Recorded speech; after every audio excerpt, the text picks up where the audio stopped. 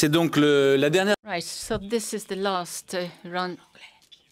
consacrée à l'humanisation du droit international privé sous la houlette de la professeure Anna Buxbaum, qui est membre du curatorium et qui va, je crois, présenter son panel, ou en tout cas le gérer de main de maître pour qu'il soit aussi intéressant qu'on l'attend et qu'il tienne ses promesses, chère Anna.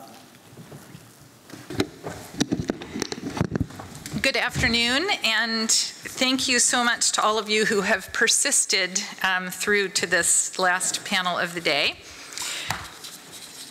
on the humanization of private. L'humanisation du droit international privé. Eh bien, nous avons une journée lourde. Et pour ce qui est de ce modèle, je vais le gérer à la façon américaine, sans pitié, être suffisamment proche de la personne qui parle pour pouvoir intervenir si nécessaire, quelle que soit l'éminence de l'orateur. Et nous avons un certain nombre d'orateurs très éminents au panel de ce soir. Nous allons commencer par le juge Fausto Pocard, qui va nous faire proposer un aperçu de ce sujet, nous demander si une approche qui se centre sur l'individu peut aider à la reconstruction internationale pour qu'il ne s'attache pas simplement aux intérêts privés dans le contexte de relations privées, mais également qu'il prenne en compte les intérêts dits publics. C'est donc lui qui va commencer et je vous présenterai tour à tour chacun des intervenants. Professeur Pocard, vous avez la parole.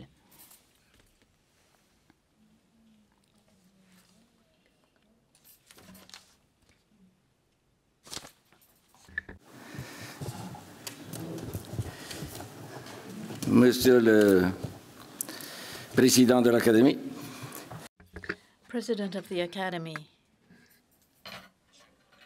dear colleagues, ladies and gentlemen, I was Yuko Nishitani et Horace Watt, j'étais tenté de renoncer à faire une overview parce qu'on a déjà deux overviews. Donc une troisième, c'est quand même un peu trop, je pense. Mais après, j'ai regardé le programme. Le programme, il dit en français, pour ce qui s'agit du droit international public, il dit l'humanisation du droit international public, toujours. Mais l'article a été oublié pour l'humanisation du droit international privé. Donc le sens affirmatif qu'on trouve dans l'article n'existe pas. Là, on s'attendrait plutôt en français un point d'exclamation à la fin pour dire qu'est-ce qui se passe ou un point d'interrogation à la fin si on oublie l'article au début. Mais donc, c'était exactement le point de vue, le point de départ, mon point de départ. Est-ce que le droit international privé peut, en fait satisfaire aux intérêts internationaux qui se présentent maintenant? Mais je vais continuer en anglais, parce que j'avais préparé une note en anglais. Et l'anglais est plus court, et donc après ce qu'on m'a dit, avec l'anglais, peut-être, j'ai dit quelques mots de plus, ou quelques conseils de plus. Alors, le droit privé international peut-il satisfaire l'intérêt public international, y compris les objectifs du développement durable de l'agenda 2030 des Nations Unies? Cet agenda a été mentionné dans le premier titre de ce panel, ensuite a été abandonné au profit de l'humanisation. Mais il est toujours présent parce que les intérêts publics internationaux incluent ces objectifs. La question n'est donc pas tranchée, sachant que le droit international privé a toujours été compris d'une certaine façon dans la doctrine. Et notamment, il vise à couvrir la vie et les problèmes du monde Et le droit international privé est d'application universelle en ce sens qu'il porte sur les pertes et les maux du monde. Mais l'approche juridique, traditionnellement, visait à attribuer à ces règles une nature neutre et instrumentale pour l'édification du droit applicable aux relations privées.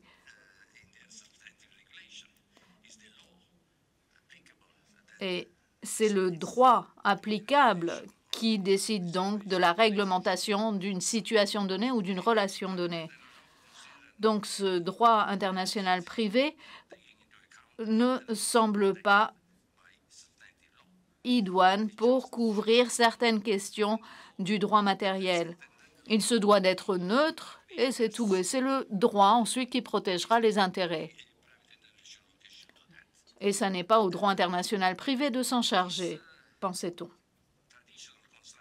Et cette construction traditionnelle du droit international privé a été remise en question, notamment en reconnaissant le fait que ces règles peuvent refléter également des considérations d'intérêt matériel qui nécessitent une protection, et notamment la relation lorsque les individus concernés n'ont pas une position équivalente dans la société, par exemple lorsqu'il y a une relation contractuelle, et lorsqu'il s'agissait d'équilibrer leur position en permettant à la partie la plus faible de se prévaloir de certains facteurs de rattachement ou de choisir le droit applicable ou le fort qui entendrait leur affaire. À cette lumière, peut-on toujours conclure que le droit international privé ne peut pas faire face aux nouveaux défis de protection de l'intérêt public? Parce que si on reste dans le domaine privé, on peut comprendre que changer la structure du droit international privé pourrait amener à changer les intérêts du droit matériel. Mais il s'agit d'intérêts publics au titre du droit international également.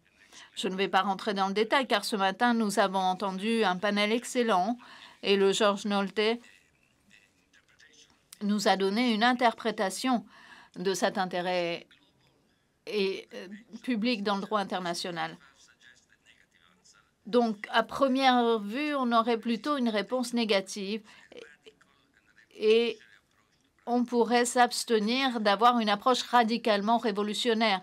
Et ce matin, de fait, nous avons une présentation excellente qui invoquait une restructuration totale du droit international privé, comme si les mécanismes actuels et les outils actuels n'étaient pas suffisants pour protéger ses intérêts.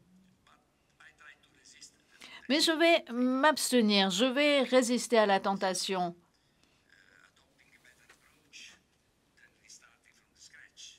Car il faut essayer de trouver une meilleure approche que de recommencer tout à zéro. Il vaudrait mieux revisiter les catégories, les outils existants pour atteindre des objectifs importants. Car si nous repartions à zéro, nous perdrions certainement quelque chose au passage. N'oublions pas par ailleurs qu'on ne peut pas demander au droit international privé de résoudre tout, au droit international public de résoudre tous les problèmes. Le droit international privé peut contribuer à la solution.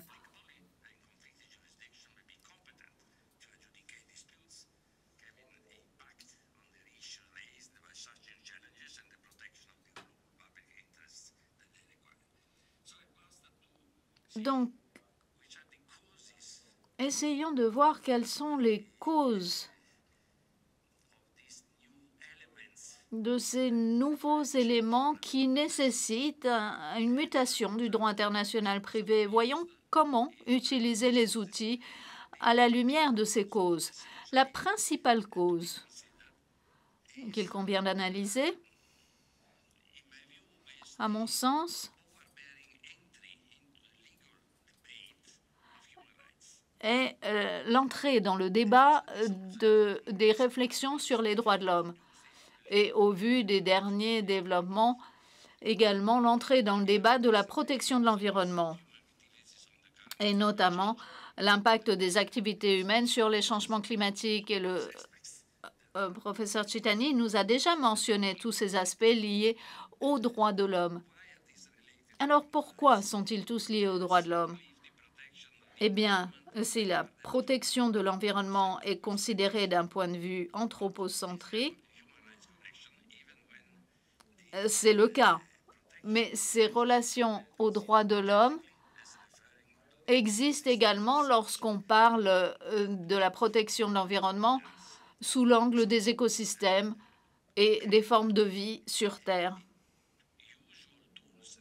Les outils classiques du droit international privé peuvent-ils jouer un rôle pour prendre en compte des intérêts qui ne sont pas d'ordre privé mais d'ordre public et qui apparaissent dans la communauté internationale dans son ensemble? Alors tout d'abord, les facteurs de rattachement. Les facteurs de rattachement sont à la base du droit international privé, bien entendu. Et là se posent deux questions. Premièrement, comment adapter aux valeurs des droits de l'homme les facteurs de rattachement aux droits applicables afin d'éviter que ces facteurs de rattachement eux-mêmes ne s'opposent aux exigences ou aux obligations en matière de droits de l'homme. Par exemple, dans une famille, les conjoints, on ne peut pas dire que le droit de l'un prévale sur le droit de l'autre. Cela ira à l'encontre des droits de l'homme visant à assurer un traitement égal. Mais, qui plus est, comment peut-on faire en sorte que le résultat des conflits de loi ne donne pas lieu à une violation des droits de l'homme? Et c'est là plus compliqué. 2 minutes, d'accord. Mais toutes ces questions doivent trouver solution.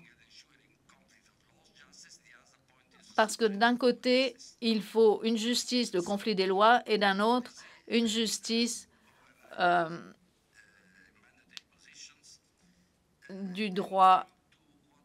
Et je vais en venir à ce qui me semble être la solution, à ce qui devrait être fait. En termes de facteurs de rattachement, la seule solution pour tenir compte des intérêts matériels est de fonder le raisonnement sur l'approche du meilleur droit. On a beaucoup parlé de multinationales ce matin, des grandes entreprises. Et vous avez des chaînes où toutes les entreprises de la chaîne jouent un rôle, mais il y en a une qui prévaut sur les autres. Et chacune de ces entreprises a un droit différent, puisqu'en général, on met leur siège dans différents endroits pour pouvoir utiliser le droit qui confère le moins de protection.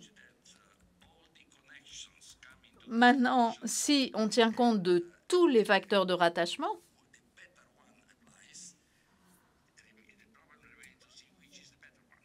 c'est le meilleur droit qui doit s'appliquer. Le tout est de savoir quel est le meilleur. À mon avis, c'est celui qui contribue le mieux à satisfaire les intérêts internationaux. Ce qui crée un problème, bien entendu, de lien entre le droit public et le droit privé international. Mais ça mérite réflexion. Je n'aurai pas le temps de vous en dire plus, mais mon texte est disponible et sera mis à votre disposition ultérieurement. Donc, je vous invite à en prendre connaissance si cette question vous intéresse. Merci. Merci beaucoup.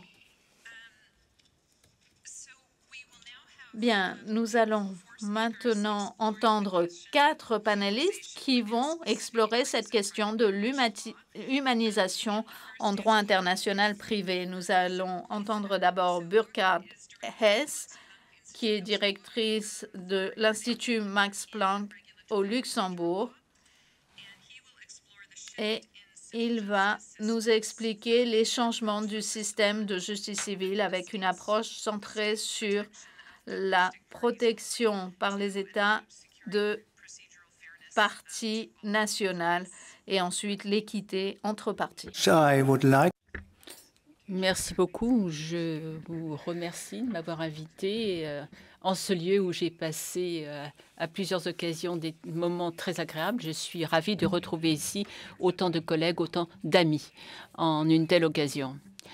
Lorsque j'ai vu accepter le thème de ma présentation, j'étais un petit peu intriguée. Je me suis demandé si on attendait un mois à ce qu'on étudie un paradigme identique en droit social privé. Est-ce que c'est la même chose dans les deux domaines, le privé et le public, ce changement de paradigme? Et ma première réaction a été de dire non, le droit international privé s'intéresse toujours à la personne, à l'individu, donc point n'est besoin de passer de l'État à l'individu, puisque l'individu est déjà présent au centre de la cible. Mais ce n'est pas aussi simple que ça, parce qu'il y a des intérêts étatiques en droit international privé. Pour voir comment la situation a évolué, je vais revenir en arrière de 60 ans et voir le droit de la procédure civile tel qu'il se présentait il y a 60 ans pour vous faire la preuve de changements considérables qui s'est produit. Et on verra si les droits de l'homme ne sont pas un des principaux acteurs de ce changement. Revenons donc en arrière de 60 ans. La compétence, tout d'abord. Les chefs de compétence sont différents d'un pays à un autre, qu'ils soient selon qu'on est dans le droit dit continental, soit qui se base sur la nationalité du plaignant, simplement pour protéger le plaignant, pour que l'on ne soit pas obligé d'être rattrait à l'étranger. Alors, il y a aussi des chefs de compétence. Mais si un touriste perd son parapluie à l'hôtel, on considère que le parapluie étant un actif, par définition, ça peut poser un problème si on retient le lieu de l'hôtel. Et c'est pour ça que c'est la présence de la partie défenderesse qui prévaut dans les juridictions de common law, majoritairement. Un plaignant étranger doit avoir à donner un gage, un nantissement, parce qu'au cas où l'affaire est perdue par le plaignant, il ne doit pas être obligé de saisir la justice de nouveau à l'étranger. Et encore, c'est un obstacle qui n'est pas juste à l'égard du défendeur étranger. Pour ce qui est de la reconnaissance et de l'exécution des jugements, la réciprocité intervient. C'est le chef de compétence qui est retenu. Ce n'est pas tant le droit ou les intérêts des parties, mais il s'agit de parvenir à mettre en place un système bilatéral qui permet de faire exécuter les jugements. Et faute de réciprocité, la partie étrangère va pouvoir saisir la justice dans l'État requis, c'est-à-dire double dose de risque, de coût. Donc, il y a eu la question, est-ce qu'il y a eu un changement depuis lors, puisque nous étions il y a 60 ans? Au niveau européen, c'est la Convention de Bruxelles qui joue des règles uniformes pour la compétence, un système simplifié pour la reconnaissance et l'exécution des jugements étrangers. Et cette approche internationale s'intéresse aux deux parties parallèlement, les intérêts des deux parties. C'est un équilibre qui est désormais réalisé. Mais aucune référence aux droits de l'homme dans Bruxelles. Ce n'est pas du tout l'optique adoptée. L'optique est un règlement.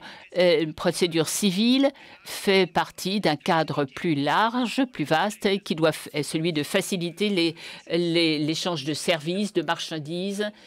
Et donc, le principal moteur, ça a été l'intégration du marché intérieur de la région. Si vous Là, je suis en train de me concentrer sur le continent européen, ou l'Europe du moins, mais j'ai fait des recherches dans un cadre plus large. On voit que le régionalisme ne se limite pas à la seule Europe.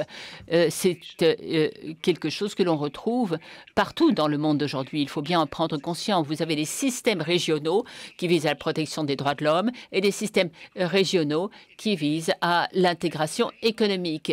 Et ils évoluent légèrement parallèles, enfin en parallèle dans la majorité des cas. En Europe,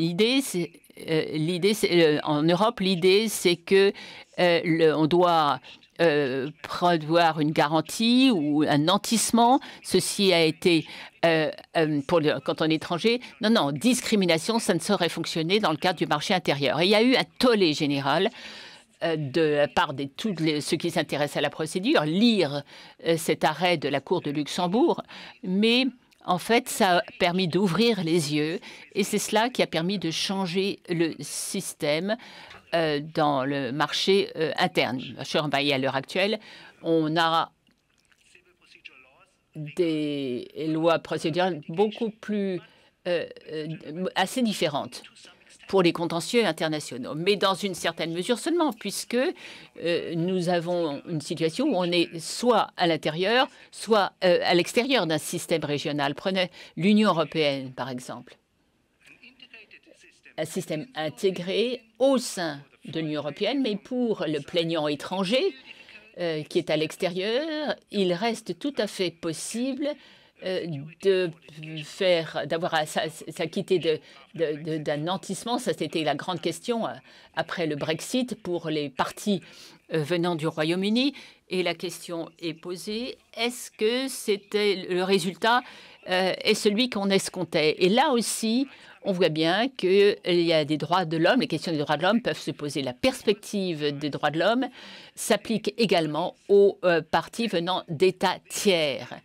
Et ça, c'est une grosse difficulté. Je dirais même que les résultats escomptés ne se sont pas produits. Résolution très intéressante de l'IDI qui a été parachevée en 2021 à propos des droits de l'homme et du droit international privé. Fausto Polcar me contredira si je me trompe. Autre part, nous regrettons le professeur Bazdo.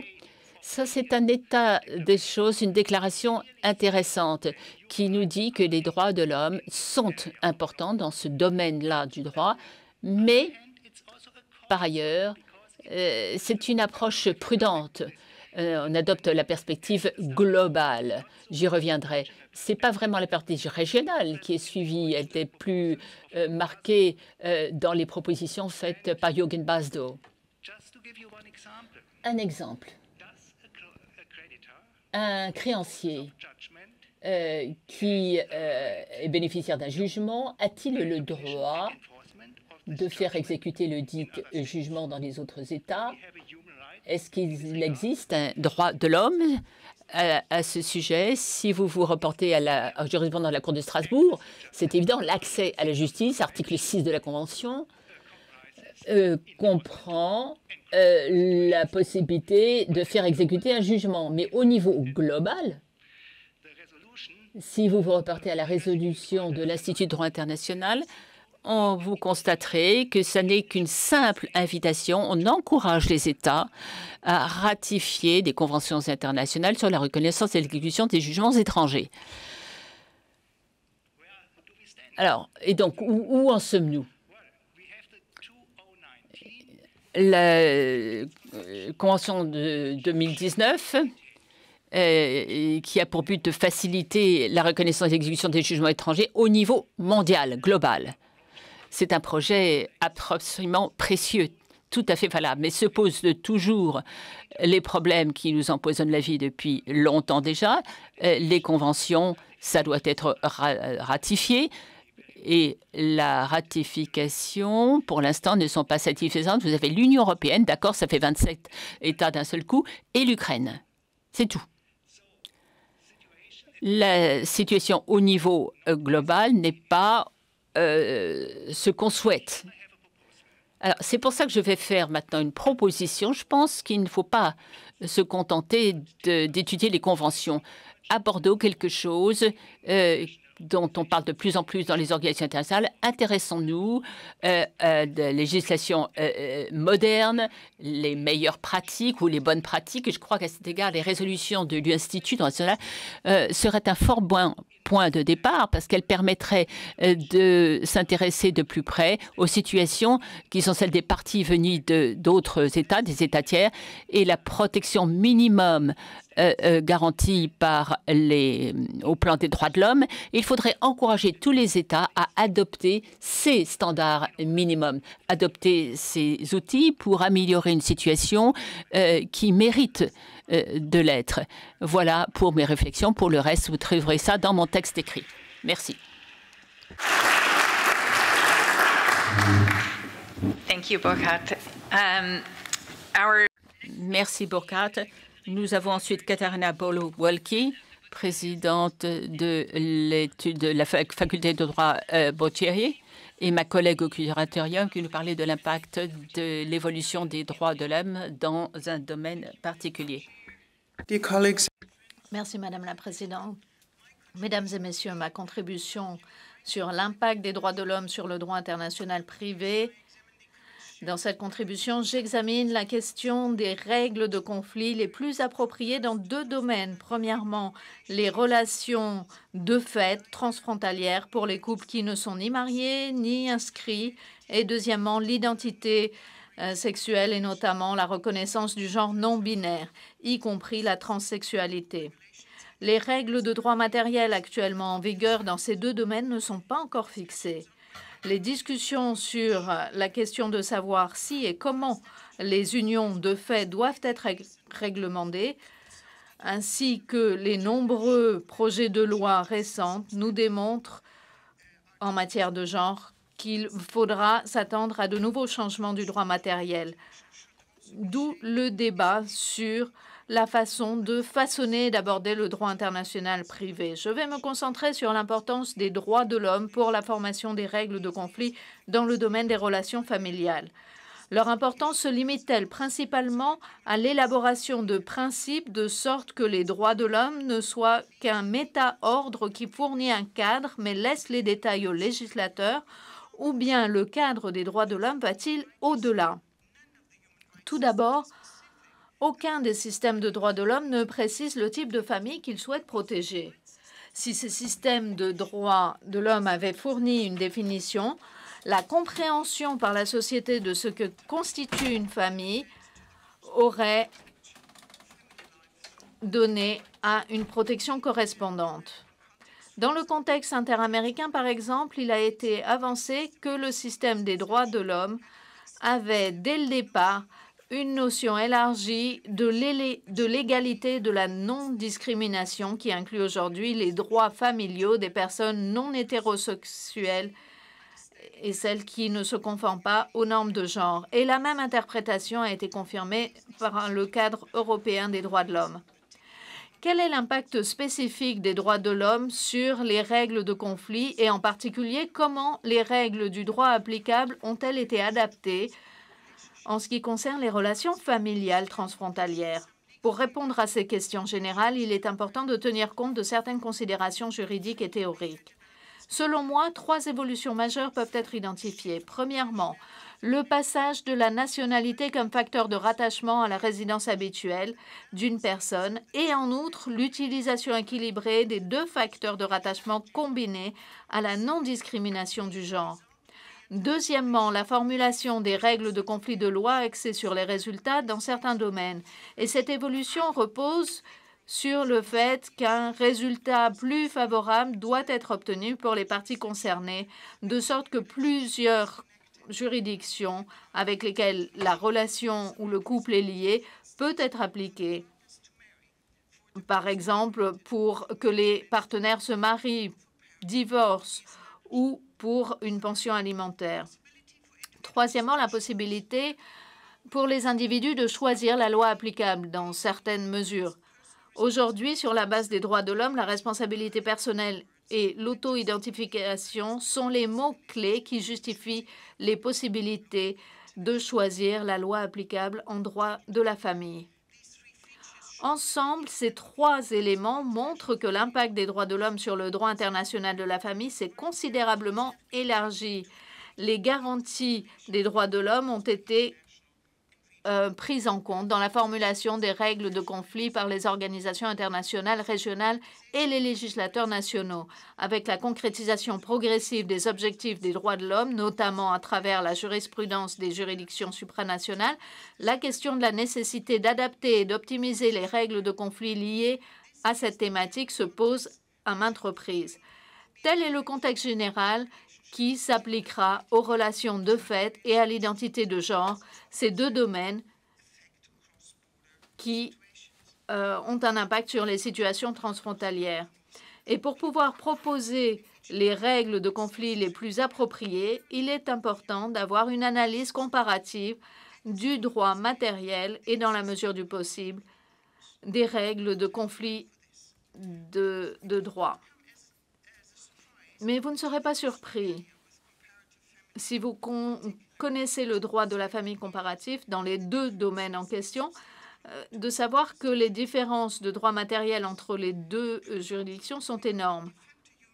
En ce qui concerne les unions de facto, nous assistons à une grande disparité allant d'une reconnaissance juridique totale à une reconnaissance nulle ou partielle de la relation, ce qui explique pourquoi, premièrement, peu de juridictions disposent de règles de conflit explicites et, deuxièmement, il existe plus de diversité que d'uniformité en ce qui concerne le choix des facteurs de rattachement objectifs et subjectifs, mais aussi et surtout en ce qui concerne l'absence de toute règle de conflit sur les partenariats de fait.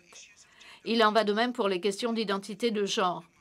Un marqueur de genre positif au-delà des catégories mâle ou femelle, homme ou femme, n'est légalement possible que dans quelques pays. Et début 2023, la Cour européenne des droits de l'homme a jugé que les autorités françaises n'avaient pas violé le droit du requérant au respect de la vie privée en refusant de remplacer le mot « homme » sur l'acte de naissance par « neutre » ou « intersexe ». Cependant, malgré les nombreuses juridictions qui maintiennent encore le système binaire, la tendance émergente depuis une dizaine d'années est de s'orienter vers la troisième option, qui est l'une des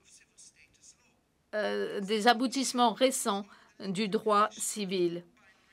La question de la reconnaissance juridique du genre non binaire figure en bonne place à l'ordre du jour ou dans les priorités au niveau international.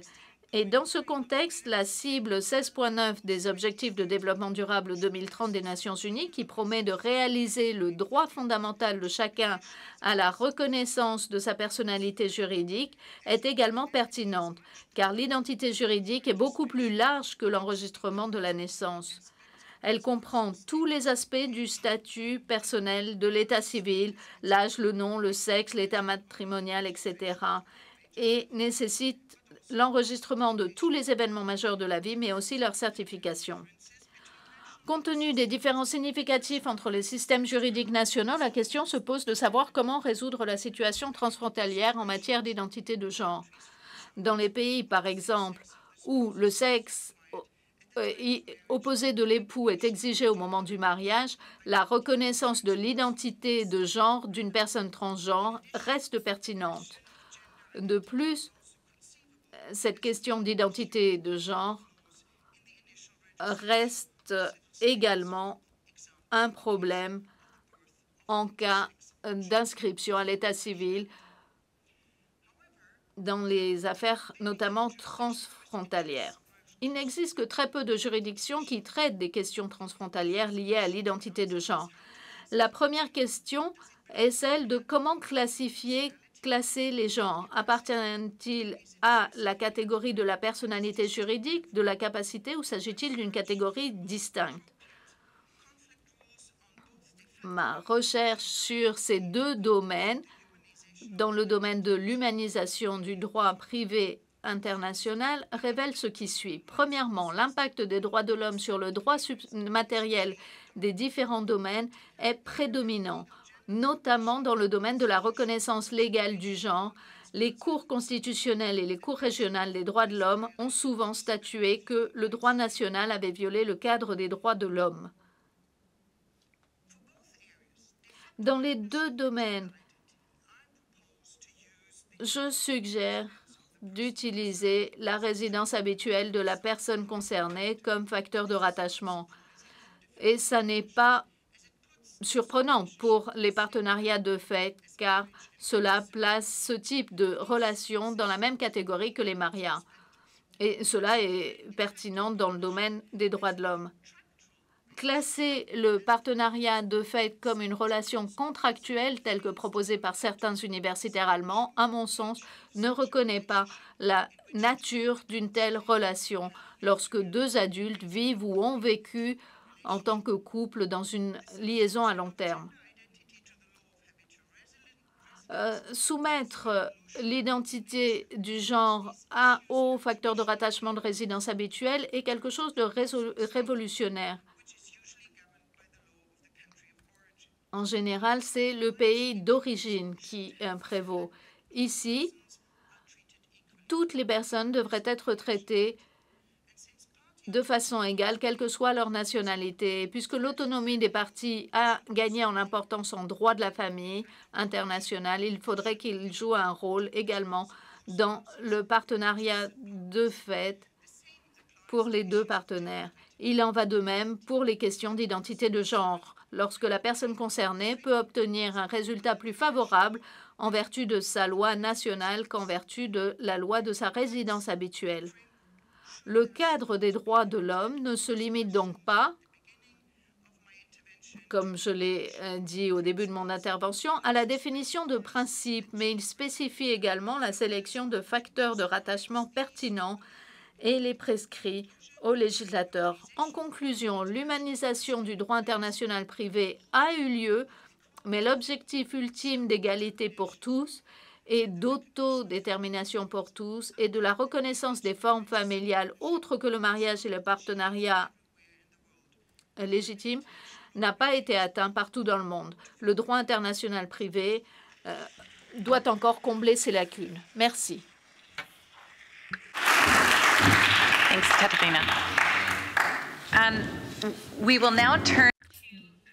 Nous allons passer à Géraldine Gros-Espalal, qui est vice-secrétaire générale de la conférence de droit international privé de l'AE, qui va nous dire ce que fait cette organisation dans le cadre de son programme de travail. Merci beaucoup, Madame la Présidente. Monsieur le Président du Curatorium, Excellences, chers... I will speak in English so that I actually get through what I have to say in the 9 minutes that I have. Je vais donc m'exprimer en anglais. Aujourd'hui, nous célébrons le 100e anniversaire de l'Académie de La Haye. Alors, j'ai 9 minutes seulement, mais prenez 10 secondes pour vous dire « Wow !» Pourquoi est-ce que l'on célèbre des millénaires de connaissances, d'expériences et d'expertise en droit international? Voilà en fait le sujet que nous avons aujourd'hui. Merci de m'avoir invité à vous parler. Moi, j'ai fait mon droit international. J'ai rencontré retrouvé d'éminents orateurs. Je suis très heureux de retrouver certains des mentors qui m'ont guidé tout au long de mes études et de ma carrière. La conférence de La Haye, en fait, est une organisation intergouvernementale créée par un traité qui travaille à l'unification progressive des règles de droit international privé. Nous interprétons cette façon d'une façon très générale ces conflits, toutes les questions qui relèvent du conflit de loi, pas simplement la loi applicable, mais également de la juridiction, toutes les questions de compétences, l'exécution et la reconnaissance des jugements. Vous avez 3 mécanismes de coopération internationale qui visent à mettre en place des mécanismes efficaces qui permet de régler facilement les éventuels conflits.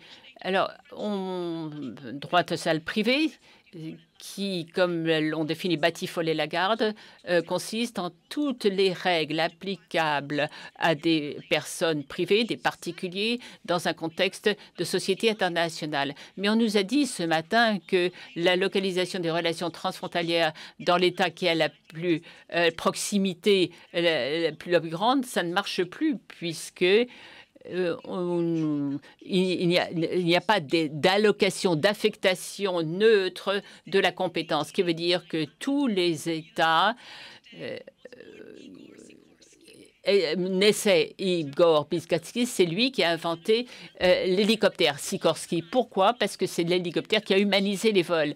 Vous voyez que c'est une machine qui s'élève au-dessus du sol et qui crée d'une certaine façon un pont aérien. Et c'est exactement le rôle de la conférence horizontale, créer des ponts entre différentes juridictions et différents États. Le droit social privé conceptualise, concrétise et construit.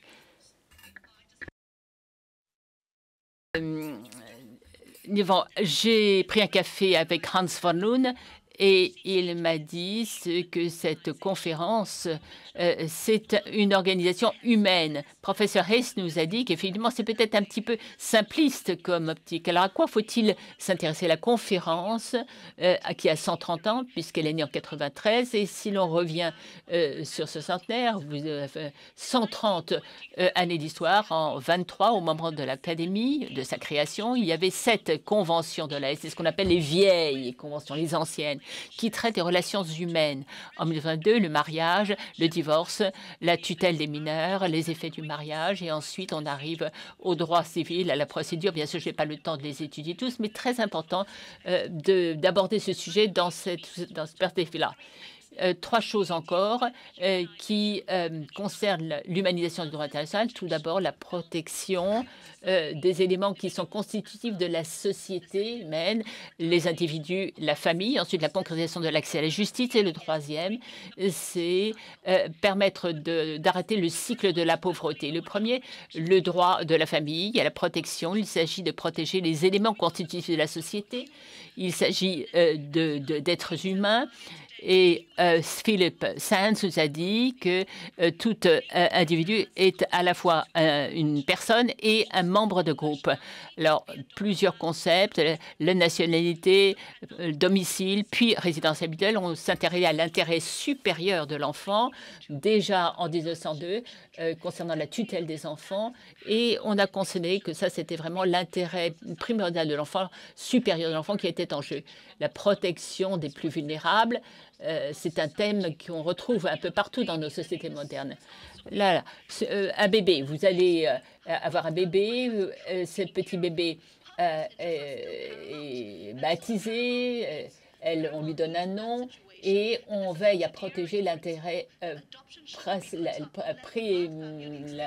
supérieur de l'enfant. Supposons que la famille ne soit pas à même, n'a pas les moyens de subvenir aux besoins de cet enfant dans l'état où elle se trouve. Peut-être on peut envisager à ce moment-là l'adoption internationale qui permet de protéger l'intérêt de la petite Sophia. Alors, pas d'autres... La conférence, monsieur, a de nombreuses conventions à son acquis. Protection des femmes, protection des enfants. Un exemple, avec la Convention sur les enlèvements d'enfants, lorsqu'elle était en négociation, il y a plus de 40 ans de cela, l'idée était la suivante. La plupart des enfants, des parents qui enlèvent les enfants, c'était les hommes. À l'heure actuelle, 75% des parents qui enlèvent les enfants, ce sont des mères. Et ça, c'est quelque chose auquel il faut s'intéresser dans le contexte de l'humanisation, de l'impact de cette convention. Article 13.1, par un petit bac sur lequel on vient de publier un guide de bonnes pratiques. Ce sont des conventions qui visent à mettre en œuvre les bonnes pratiques, qui aident à les mettre en œuvre, ces conventions. Au mois d'octobre de l'année, il y aura la réunion de la commission spéciale et on parlera en peu le paragraphe 2 de l'article 13, entendre la voix de l'enfant pour savoir si l'enfant doit être rendu à ses parents ou pas. Vous voyez, c'est un cercle qui correspond à l'existence. Nous aurons des enfants, vous aurez les enfants, et c'est ainsi que se meut le cycle de l'humanisation du droit de la famille. Là, dans ce cas-là, c'est un arc. Procédure civile. Le professeur Dudé nous a parlé de ceci. il va falloir que vous lisiez des choses sur la position. Mais la conférence de La Haye a concrétisé et eu un impact sur la possibilité défendeur de se faire entendre, éviter toute pratique excessive. Une autre convention, l'autonomie des partis, quant au choix du fort, c'est une autre convention. Et finalement, à la fin du BARC, faire produire des effets à la résolution, c'est la convention sur les jugements qui a été négociée dans cette salle, dans cet auditorium, et puis signé le 2 juillet 2019 dans la salle de justice de la grande salle de justice du Palais de la Paix. Voilà pour cette activité. Quid de l'avenir? On s'intéresse à la litispendance. Et vous retrouvez des liens entre l'harmonisation des règles pour réduire le risque de litispendance ou de parallélisme de compétences dans le secteur agricole.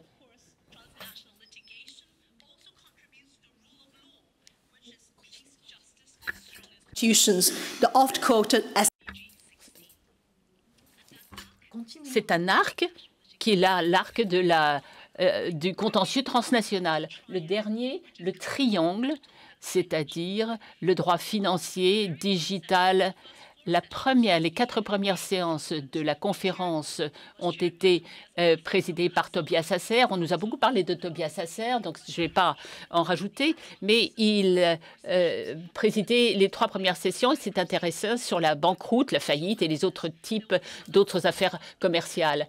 Je ne pense pas que ce soit par coïncidence qu'après la création de l'Académie, comme c'était dit à la PCJ, en 25, la conférence a repris son activité et on s'est intéressé au commerce, matière commerciale, avec la CNUTSI, qui elle aussi, bien sûr, s'intéresse au droit commercial, et l'UNIDROIT pour l'unification du droit privé. Et nous sommes intéressés à l'autonomie de la volonté, comme on l'appelait à l'époque, la vente de marchandises, les instruments négociables, des transactions dites sécurisées, et l'idée de rompre avec certaines traditions. Je parle ici des trusts.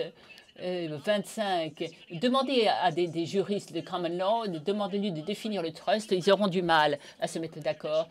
Mais c'est une tradition vraiment de common law ou islamique, et nous avons réussi à tracer des ponts, des passerelles entre ces 2 familles de pensée. Très important de décentraliser ces organisations. La conférence de La Haye a encore 2 projets sur les devises étrangères et les actifs et transactions. Ce qui est important, c'est que ces projets contribuent à l'inclusion commerciale. Beaucoup de ces objectifs de développement durable font référence à cette inclusion. Pourquoi est-ce aussi important? Lorsqu'il s'agit de crédit ou de finances, les flux de capitaux transfrontières nous permettent de mettre fin à ce cycle de la pauvreté. Ce qui nous intéresse, ce sont la contribution du droit international, les transactions commerciales. Ce qui nous intéresse en une fois, c'est l'autonomie de la volonté. Il s'agit de favoriser les transactions. Sophia, notre petite Sophie qui a été adoptée, qui a grandi, elle a voulu faire des études ailleurs, faire légaliser un document. Elle a pu le faire grâce à la convention de la Postille. Et puis, elle a monté une boîte, accès au crédit, grâce à des dispositifs prévus par le droit international. Et c'est que notre petite Sophie et toutes les petites filles qui suivent le même chemin bénéficieront de l'humanisation du droit international en protégeant la partie faible et protégeant les éléments constitutifs de notre société. Des millions de personnes qui vivent en dehors des frontières de leur État national. Vous avez des millions de personnes qui bénéficient pas de cette inclusion. Il s'agit finalement de protéger la partie faible. Comme on nous l'a dit hier, c'est Peter Truboff qui nous en a parlé, de ChatGPT, de l'intelligence artificielle. Je crois qu'en matière de droit international privé, il faut bien se poser la question de savoir qu'est-ce que cela veut dire, qu'est-ce que ça signifie d'être un être humain. OK, on essaie d'humaniser le droit international privé, mais quelles sont les valeurs que nous cherchons à protéger? Je crois qu'il est essentiel, bien sûr, comme l'a dit le professeur Foucault, de ne pas violer le droit matériel, mais c'était également important d'avancer et de consolider ce socle de la société. Il y a 64 ans de cela, le premier film Star Wars font son apparition sur les écrans. Peut-être que j'espère pouvoir être avec vous pour encore que le droit international privé pourra être avec nous pendant les 100 ans à venir. Thank you. Merci. Notre dernier intervenant est Hans van Loon, ancien secrétaire général de la Conférence de La Haye, qui va nous parler du rôle implicite mais critique du droit international privé à l'aune des ODD. Messieurs, chers amis, permettez-moi d'abord, et je serai bref car je suis bien conscient que j'ai l'honneur d'être le tout dernier orateur de cette longue journée magnifique, permettez-moi, en tant qu'ancien secrétaire général de la Conférence de La Haye de droit international privé, de souligner les liens étroits et hautement appréciés entre l'Académie et la Conférence. Ces liens remontent au moment de la création de l'Académie, ça a été évoqué hier. Tobias Asser, fondateur de la Conférence, a également soutenu de tout cœur la création de l'Académie. Et depuis lors, d'innombrables experts négociant les conventions de La Haye ont été invités à donner des cours à l'Académie, à participer aux sessions extérieures, voire au jury des examens. Et nous sommes vraiment ravis de ces liens, nous en sommes profondément reconnaissants et nous adressons tous nos meilleurs vœux à l'Académie pour son deuxième siècle. Now, 7-8 years ago, on the 25th of September 2015, the General Assembly of the United Nations unanimously adopted the resolution transforming our world, the 2030 Agenda for Sustainable Development. Suite à l'adoption de l'agenda à l'unanimité par les États à New York. L'agenda, qui est un plan d'action pour les personnes, les plantes, la prospérité, avec 17 objectifs, comme l'ont dit d'autres membres du panel, est entré en vigueur le 1er janvier 2016. Donc cette année, 2023, marque le mi-parcours des ODD. Et en septembre, l'Assemblée générale des Nations unies fera une évaluation à mi-parcours et identifiera les défis pour l'avenir. Et ça sera un moment de vérité. Les ODD vont au-delà des objectifs de développement du millénaire qui couvrait la période de 2000 à 2015 et se concentre sur des questions importantes pour les pays en développement, notamment la pauvreté extrême, avec quelques réussites. Mais les ODD ont une double nature. Oui, ils visent le développement, mais visent également la durabilité pour répondre aux besoins des personnes sans compromettre la possibilité des générations futures à répondre à leurs propres besoins.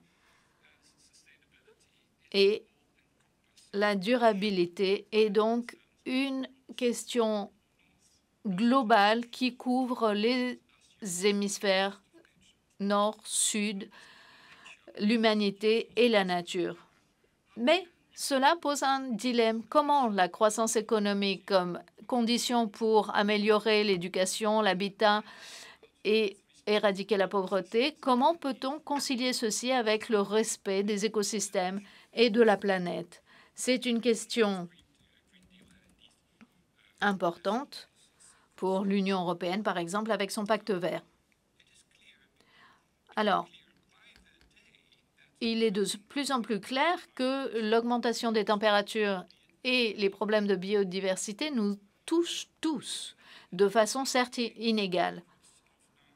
Améliorer la vie de centaines de millions de personnes dans les zones vulnérables relève de la responsabilité de chacun d'entre nous. Donc, l'agenda 2030 est important pour les instances publiques, les autorités locales, les gouvernements et les peuples autochtones, dont la relation avec la nature pourrait inspirer une refonte du système de droit, comme Horacio nous l'a rappelé ce matin. Mais l'agenda en appelle à la société civile et au secteur privé et public et aux communautés universitaires. Tout ceci est basé sur une stratégie fondée sur des objectifs et non pas sur une approche fondée sur des règles, ce qui explique peut-être pourquoi les juristes internationaux ne s'y intéressent peut-être pas autant qu'ils le devraient. Mais ce qui est frappant, c'est que l'agenda porte sur les institutions, mais ne fait aucune référence explicite au rôle du droit international privé et public. Or, comme nous le savons, la plupart des transactions, des investissements, des destructions de l'environnement, la plupart des émissions de gaz à effet de serre sont le résultat d'activités privées par des entités essentiellement privées et de plus en plus de façon transfrontalière. Et les ODD eux-mêmes appellent à l'élimination des mariages forcés ou appellent au transfert de technologies vers les pays en développement ou ainsi sur l'éradication du travail forcé ou veut assurer l'accès à la justice pour tous, des relations privées, du droit international privé entrent en jeu donc. Quel est le rôle et le rôle potentiel du droit international privé pour atteindre les ODD? Eh bien, en dépit de toute référence explicite, implicitement, les ODD nous rappellent que le droit international privé n'est pas qu'une discipline formelle et théorique, mais joue un rôle important en tant qu'instrument de gouvernance globale, comme certains intervenants nous l'ont rappelé ce matin et cet après-midi. Le droit international privé se manifeste au niveau régional dans l'Union européenne. Il est utilisé pour atteindre les objectifs de l'Union. Par exemple, un traité de l'Union européenne prévoit que dans l'Union européenne, il faut atteindre un haut niveau de protection de l'environnement. Les règlements Bruxelles I et Rome II n'invoquaient pas ces normes, facilitaient l'accès à la justice pour les victimes de dégâts environnementaux en leur proposant des choix en matière de forts et de lois applicables. Et dans le contexte de la protection des droits de l'homme au niveau régional, la Cour de Strasbourg considère le droit international privé aujourd'hui dans l'interprétation de sa convention. Et il en va de même pour la Cour interaméricaine des droits de l'homme. Toutefois, au niveau mondial, le droit international privé et public continue à vivre séparément, mais ensemble. Or, leur complémentarité renforce l'état de droit pour atteindre les ODD. Prenons l'exemple des changements climatiques. La Convention sur le droit de la mer des Nations unies a été décrite comme la base internationale pour protéger le développement durable des environnements côtiers et maritimes. Or, cette convention a été rédigée pour les États. La convention ne donne pas accès à la justice aux communautés locales, par exemple, qui subissent des préjudices du fait d'activités d'entreprises étrangères. Pourtant, permettre à ces communautés d'agir en justice pourrait permettre d'aboutir aux objectifs de cette convention. Il en va de même pour la Convention de 92 sur la biodiversité ou sur le changement climatique. Alors oui, la Convention sur la biodiversité reconnaît la présence de communautés locales et appelle les États à apporter leur soutien à ces communautés, mais la Convention ne fournit aucun mécanisme pour de telles actions. Alors, ce qui est intéressant, c'est que, en dépit de l'absence de ces dispositions, dans la pratique, les parties privées de plus en plus réussissent à utiliser le droit privé pour affirmer leurs droits en matière de changement climatique, et notamment une affaire au Royaume-Uni, une autre aux Pays-Bas ou en Allemagne, notamment Ouya contre RWE. Et puis, nous avons la convention de 2019. Et dans cette convention, les questions environnementales jouent un rôle mineur. Donc, cette convention ne va pas vraiment nous aider. Et nous aurions besoin d'un nouveau traité beaucoup plus large sur les dégâts environnementaux avec des règles concernant le droit applicable et l'exécution des jugements, ce qui peut être fait, et les ODD pourraient servir d'inspiration pour une telle convention. J'aimerais vous dire quelques mots sur l'autonomie des partis qui est également importante.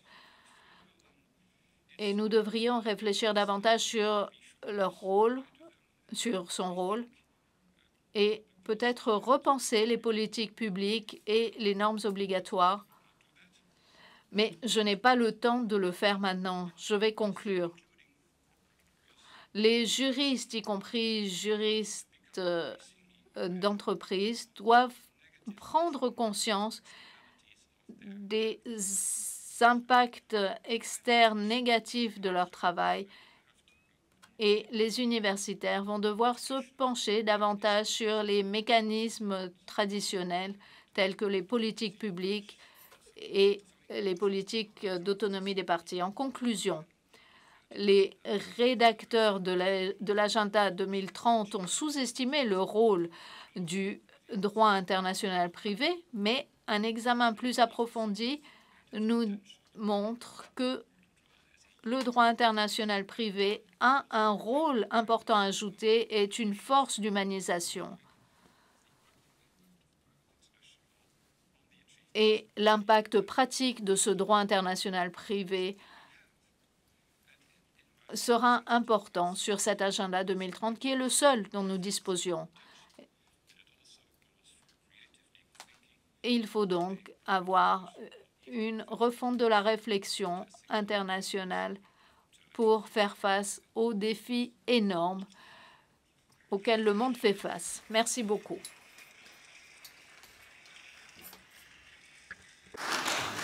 Thank you very much. Merci. Je vous suis très reconnaissante de toutes vos présentations très riches mais concises, ce qui nous laisse encore un peu de temps pour quelques questions. Si quelqu'un souhaite dans la salle poser des questions. Et je vois Yoko Nishitani qui a une question. Thank you very much for the fascinating panel. Merci beaucoup pour ce panel fascinant. J'ai une question. Est-ce que je peux poser deux questions très brièvement? Ou une? Oui, allez-y. Une question pour le professeur Burkhard Hess. Vous avez parlé de la possibilité d'utiliser des instruments non contraignants et aux fins de la reconnaissance et de l'exécution des jugements étrangers. Le problème que nous avons est celui de la réciprocité. La Chine et le Japon n'ont pas de réciprocité, par exemple. C'est pourquoi il n'y a pas de reconnaissance des jugements entre nous. Indonésie et Vietnam n'acceptent la réciprocité que sur la base de traités. Et dans ce cadre, j'aimerais savoir si le droit moderne pourrait être utile, ou bien peut-on envisager un traité. Et j'ai une autre question à la professeure Katerina Bulwolki. Nous appliquons le droit de la résidence habituelle pour l'identité de genre. Et j'aimerais savoir ce qui se passe lorsqu'une personne change de résidence habituelle, ce qui arrive souvent. Et à des fins de continuité de son statut, je me demande si on utilise des principes de reconnaissance. Et je sais que c'est une question controversée en Europe, mais j'aimerais vraiment avoir votre avis à ce sujet. Merci.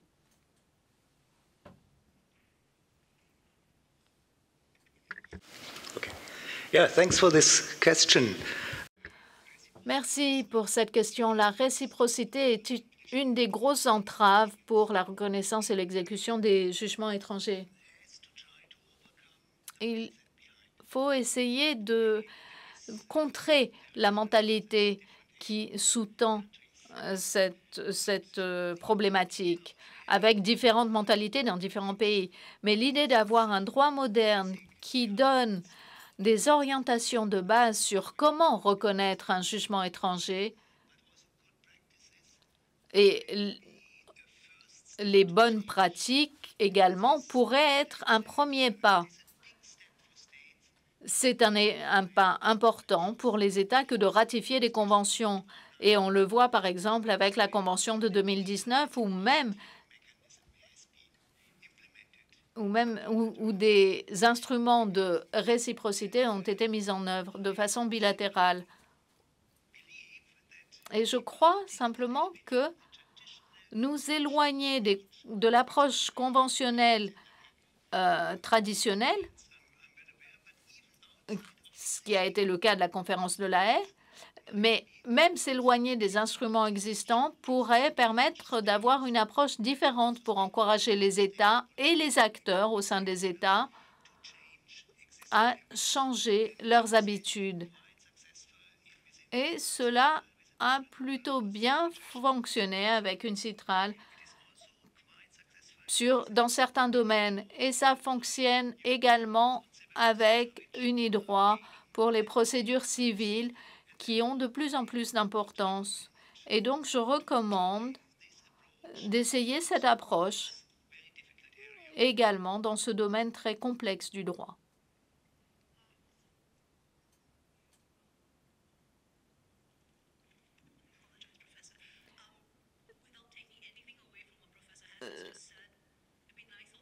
Outre ce que vient de dire le professeur, restons optimistes.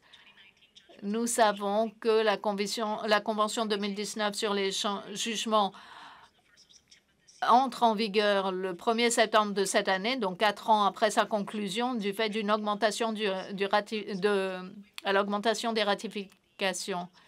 Cela étant, je reconnais l'importance des lois du droit moderne et des orientations, mais nous savons que peut-être que cette convention, nous pensons que cette convention va recueillir davantage de ratifications.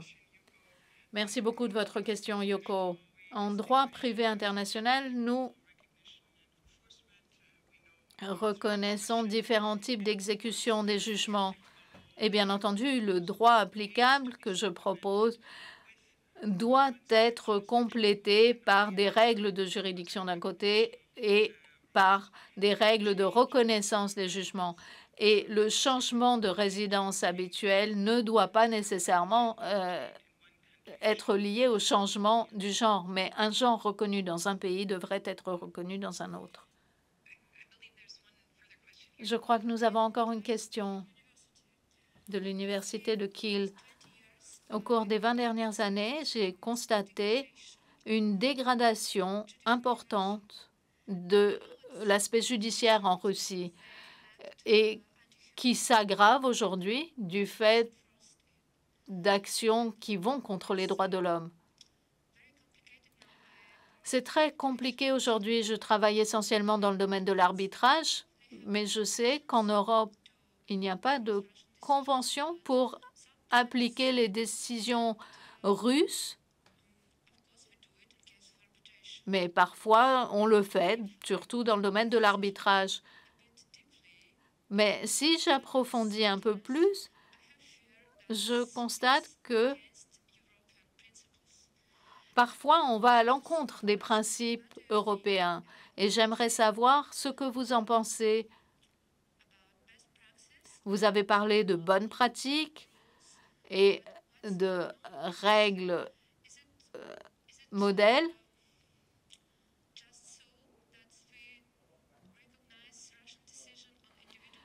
Mais est-ce que l'on reconnaît les jugements russes au cas par cas ou bien peut-on avoir des règles communes sur la non-reconnaissance? Merci.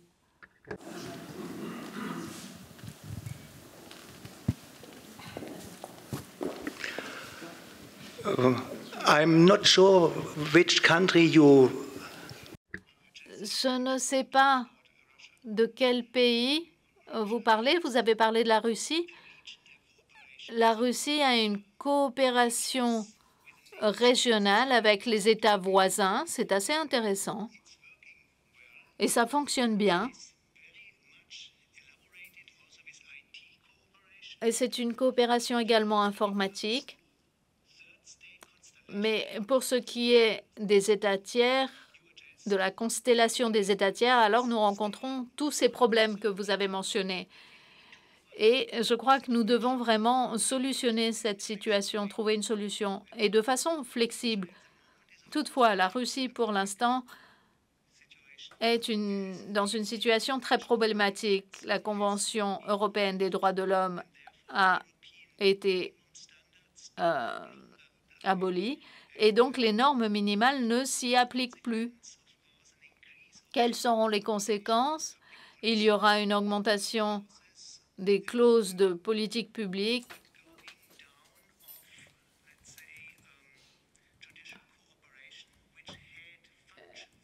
et la coopération judiciaire avait fonctionné dans une certaine mesure avant la guerre en Ukraine. Il y a eu notamment une affaire aux Pays-Bas concernant la reconnaissance d'un jugement russe. Et le droit, la Cour aux Pays-Bas a commencé par la réciprocité. La Cour a également décidé de changer par la jurisprudence la situation du droit autonome néerlandais sur la reconnaissance des jugements étrangers. Et c'est comme ceci, finalement, que l'affaire a été tranchée. C'est une très bonne pratique, à mon avis. Mais en tout cas, je comprends très bien ce que vous nous dites. C'est une décision difficile. C'est une situation difficile, mais il ne faut pas oublier les droits de l'homme. Quand on reconnaît un jugement étranger, il y a un droit de la personne qui est concernée. Il ne faut pas uniquement voir les questions d'argent, mais les questions de famille également. Et les tribunaux devraient vraiment être conscients de la situation. Et on peut avoir les droits de l'homme des deux côtés. Il faut également voir ce qu'il en est de l'équité de la procédure concernant la procédure dans le pays d'origine. Et si la reconnaissance ne peut pas être appliquée, il faut d'autres solutions qui permettent de faciliter l'accès à la justice, l'aide juridictionnelle, la représentation, le rôle actif du juge pour aider une partie vulnérable. Merci. Merci. Et j'aimerais conclure ce panel en donnant à notre premier intervenant la possibilité de faire quelques remarques de conclusion. Ce sont les instruments qu'on peut utiliser. Là, vous parlez bien sûr des modèles de loi ou des lois types. Lorsque les États-Unis ont rejoint la conférence, ça a été un sujet de débat. Les États-Unis voulaient simplement bénéficier d'une loi type. Mais sur certaines questions, ça peut marcher. Et à l'Institut, ce qu'on fait, c'est qu'on donne des modèles, des lignes directrices à suivre. Mais lorsqu'il s'agit de coopération bilatérale, c'est-à-dire un jugement qui appelle à être reconnu ailleurs, la Convention était le passage obligé. C'est la seule façon. Produire ou proposer un modèle, ça ne suffit pas. Mais ça, c'est mon point de vue personnel. S'il s'agit de conclure, par exemple, un contrat, là, bien sûr, vous pouvez proposer un modèle et ça marche. Mais dans d'autres cas de figure, lorsqu'il s'agit de deux États, ça ne peut pas marcher. Je crois que c'est une conversation qui va se poursuivre dans les coulisses. Merci beaucoup.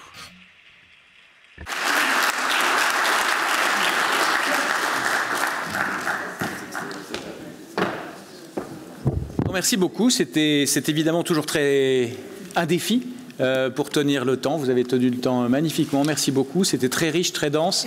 Et les contributions écrites le sont encore davantage. Merci encore.